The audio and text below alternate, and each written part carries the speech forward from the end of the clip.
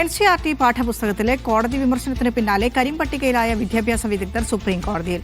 നീതിന്യായ വ്യവസ്ഥയിലെ അഴിമതിയെക്കുറിച്ച് എഴുതിയതിന് സുപ്രീം കോടതി വിലക്ക് ഏർപ്പെടുത്തിയവരാണ് ഹർജിയുമായി എത്തിയത്. മിഷേൽ ഡാനിനോ, സുപർണ ദിവാകർ, അലോക് പ്രസന്നകുമാർ എന്നിവരാണ് ഹർജി നൽകിയത്. വിവാദമായ അധ്യായം എഴുതിയത് കൂട്ടായ തീരുമാനത്തിന്റെ അടിസ്ഥാനത്തിലെന്നാണ് ഹർജിക്കാരുടെ വാദം. ഡി ധനസുമോദ ഡൽഹിയിൽ നിന്ന് വിശദാംശങ്ങളുമായി ചേരുന്നുണ്ട്. സുമോദ്, ഹർജിക്കാർ എന്താണ് പറയുന്നത്?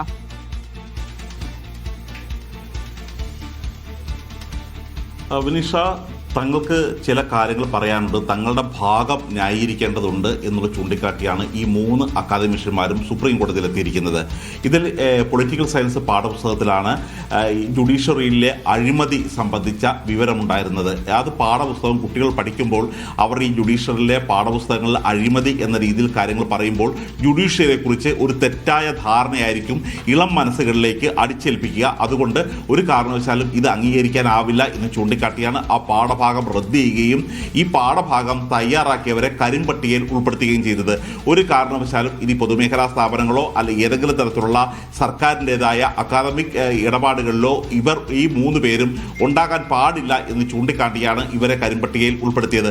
പക്ഷേ ഇവർ നേരത്തെ അക്കാദമിക് പാരമ്പര്യം ഉള്ളവരാണ്, മാത്രമല്ല അഭിഭാഷകർ കൂടിയാണ്, അഭിഭാഷകരായി സുപ്രീം കോടതിയിൽ ഹാജരായിട്ടുള്ളവരാണ്.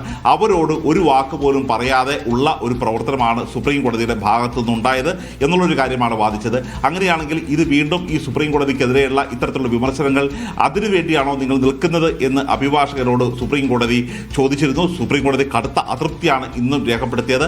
പക്ഷേ ആ തരത്തിലുള്ള ഒരു അതൃപ്തിയിലേക്ക് പോകേണ്ട കാര്യമില്ല, മറിച്ച് ഇതൊരു കൂട്ടായ തീരുമാനമാണ്. ഈ വിമർശനാത്മകമായി പല ഘടകങ്ങളെയും പല ഭരണഘടനാ സ്ഥാപനങ്ങളെയും വിദ്യാർത്ഥികൾ പഠിക്കേണ്ടതുണ്ട്.